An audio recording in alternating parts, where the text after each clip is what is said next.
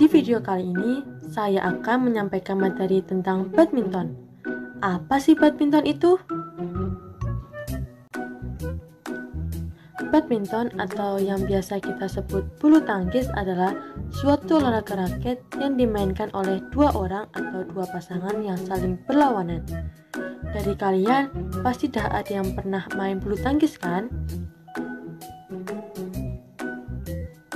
Nah, bulu tangkis itu punya sejarah singkat guys. Jadi, bulu tangkis itu berasal dari India, ditemukan oleh tentara Britania pada abad ke-19. Namanya Pona. Kenapa namanya Pona? Karena ditemukan di kota Pona. Kemudian, petugas tentara Britania tersebut membawa permainan itu ke daerah asalnya. Nah, di sana nama permainan tersebut adalah badminton. Hingga sekarang nama itu masih menjadi sebutan permainan itu.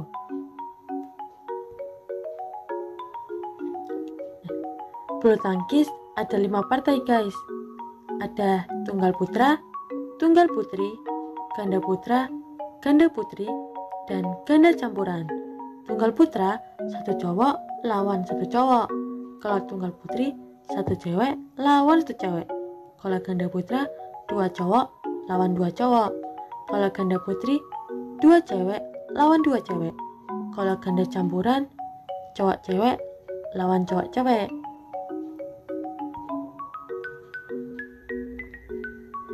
Nah, ini dia lapangan bulu tangkisnya.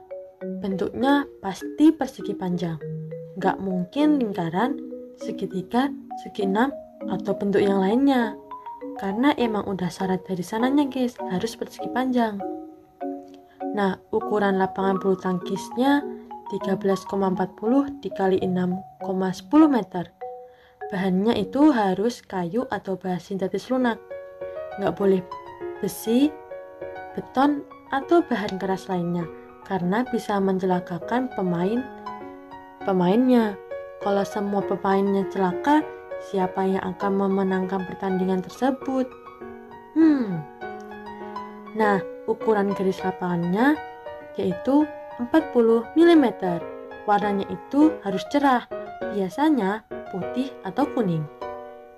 Tinggi tiang netnya 1,55 meter. Warnanya harus putih. Kalau tinggi jaring netnya 1,52 meter. Warnanya harus gelap. Biasanya sih warnanya hitam. Nah, perlengkapan bulu tangkisnya yang pertama ada raket. Bahan raket itu bahannya ada kayu, aluminium, atau logam ringan. Kini hampir semua raket bulu tangkis berkomposisikan komposit serat karbon atau plastik bertulang grafit. Yang kedua ada senar. Kebanyakan senar berketebalan 21 ukuran dan diuntai dengan ketegangan 18-30 plus lb. Yang ketiga ada kok. Kalau ada raket bulu tangkis pasti ada kok, karena mereka itu dua sejoli. Nah, bahan kok itu dari rangkaian bulu angsa yang disusun membentuk kerucut terbuka dengan pangkal berbentuk setengah bola yang terbuat dari gabus. Yang keempat ada sepatu. Nah, alas sepatu untuk main bulu tangkis itu harus berbahan sol karet agar lompatan si pemain lebih maksimal dan tidak mudah tergelincir, seperti pada gambar di samping.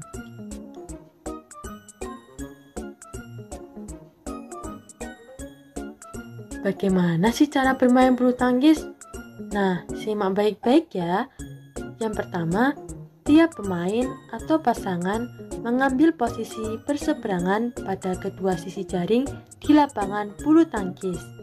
Yang kedua, permainan dimulai dengan servis oleh salah satu pemain.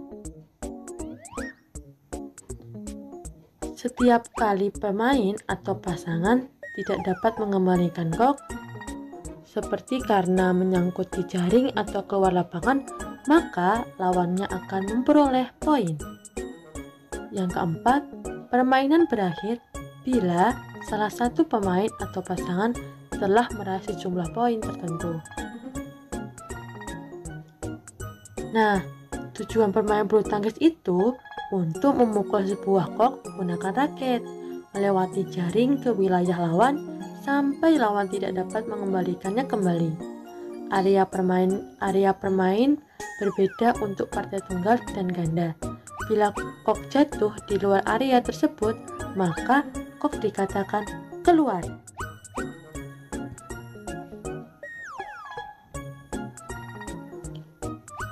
Teknik memegang raket.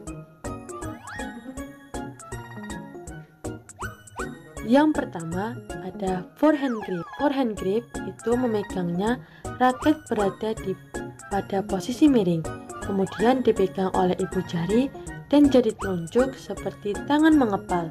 Usahakan bentuk pegangan selalu menyerupai huruf V, seperti pada gambar di samping. Yang kedua ada backhand grip. Backhand grip itu hampir sama dengan forehand grip guys. Namun, posisi pegangan sedikit masuk ke dalam.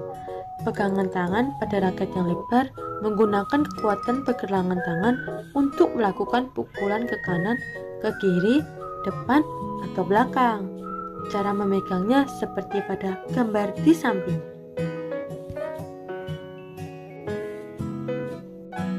Yang ketiga ada American grip. Nah, American grip itu ibu jarinya dengan jari telunjuk menempel pada bagian pegangan raket yang luas atau lebar. Pada teknik ini sangat cocok digunakan untuk smash, namun sulit digunakan jika melakukan netting. Cara memegangnya seperti pada gambar di samping. Memegangnya seperti memegang stick drum.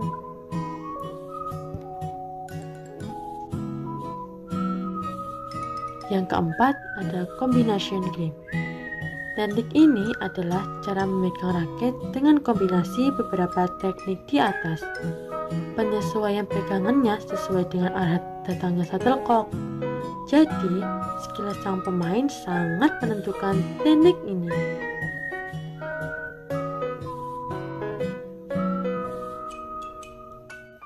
Teknik pukulan bulu tangkis. Teknik pukulan bulu tangkis ada 6 guys. Ada service, lob, drive, drop shot, smash, dan netting.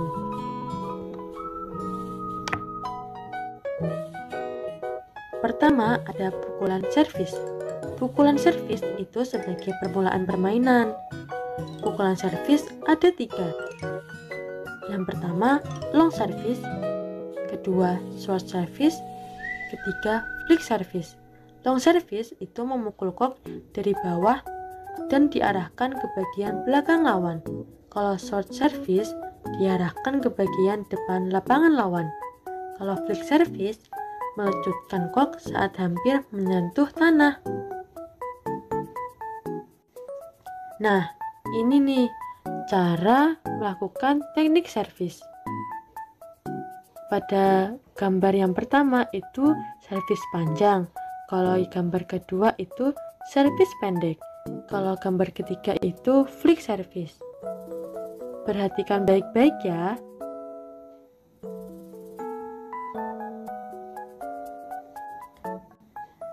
Kemudian ada pukulan lob.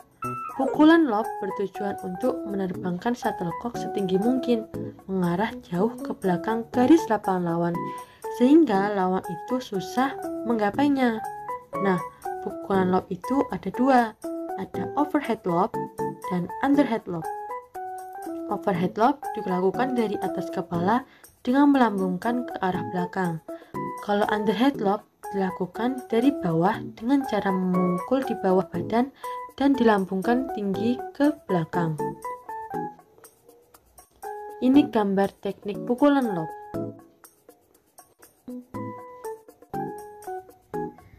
Kemudian ada pukulan drive.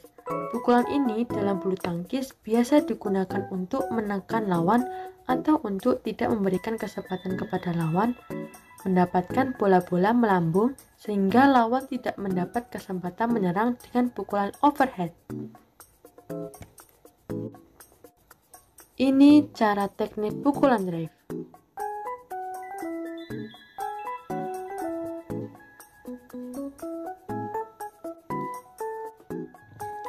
Kemudian ada pukulan drop shot.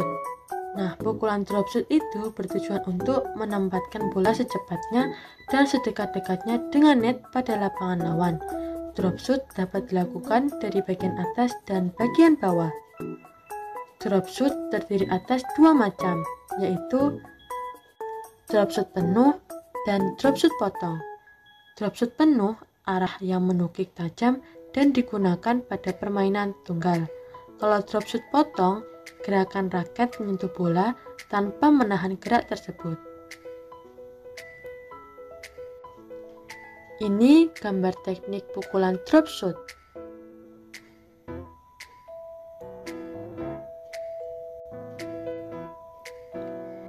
Selanjutnya ada pukulan smash. Pukulan ini dilakukan dengan cepat dan sekeras-kerasnya. Pukulan ini sangat mematikan lawan loh guys. Nah, pukulan smash ini ada 4 macam. Ada smash penuh, smash potong, around the head smash, dan backhand smash. Smash penuh ini dilakukan dengan daun raket seluruhnya dan dilakukan dengan sekuat tenaga. Kalau smash potong, smash ini kurang keras jika dibanding dengan smash penuh, tapi kok lebih tajam dan lebih terarah dan dilakukan secara menyilang. Yang ketiga itu ada around the head smash. Around the head smash itu men-smash di depan pundak kiri atau bahkan lebih ke kiri, yaitu smash dengan memutar mengitari atas kepala.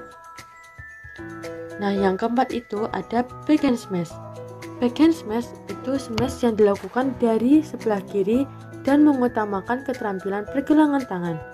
Backhand smash ini sangat cocok untuk menambah shuttlecock yang meluncur tanggung di dekat net. Ini gambar teknik pukulan smash.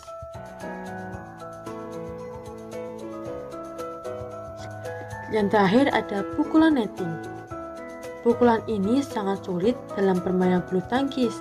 Hal ini dikarenakan permainan net ini banyak memerlukan kecermatan dengan penuh perasaan atau feeling. Faktor tenaga tidak diperlukan sama sekali, akan tetapi perasaan tenang sangat menentukan keberhasilan pukulan net. Jadi kita harus tenang dan waspada untuk melakukan pukulan ini. Nah, pukulan netting ini mempunyai 3 prinsip. Yang pertama, shuttlecock harus diambil di atas atau setinggi mungkin. Yang kedua, lambungan shuttlecock harus serendah mungkin dengan net. Yang ketiga, jatuhnya bola harus serapat mungkin dengan net. Ini gambar teknik pukulan netting.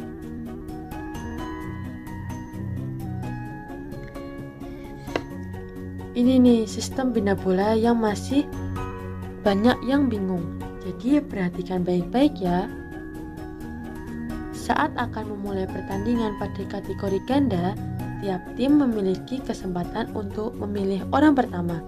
Hal ini bisa didapatkan di setiap set. Dalam set berikutnya, poin set sebelumnya akan menentukan orang pertama selanjutnya. Selain itu, setiap tim memiliki hak untuk melakukan servis sebanyak 2 kali. Hal ini dimiliki oleh tiap orang dalam satu tim. Kesempatan untuk melakukan servis sebanyak 2 kali tidak berlaku pada awal set. Sesaat setelah pindah bola, teknik servis akan dilakukan oleh pemain di sebelah kanan dan bukan oleh pemain pertama.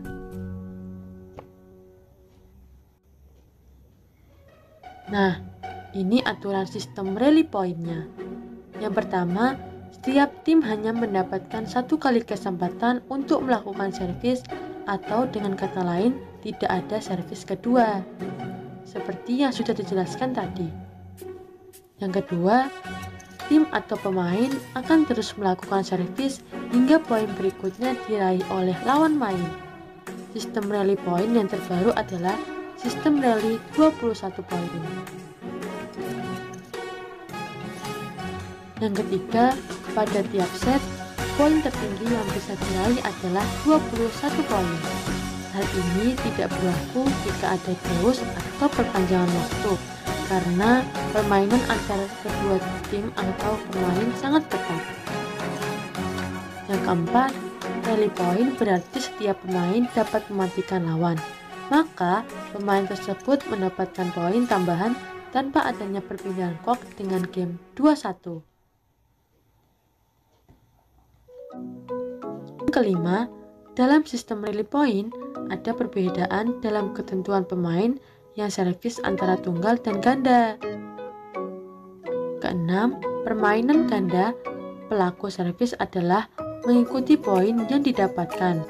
Pemain yang mendapatkan angka 11 terlebih dahulu pada satu babak akan mendapatkan recovery atau waktu istirahat 30 detik. Yang ketujuh, jika terjadi kedudukan 1-1, akan dilaksanakan pertandingan babak ketiga atau rubber game dengan ketentuan angka 11 berpindah tempat.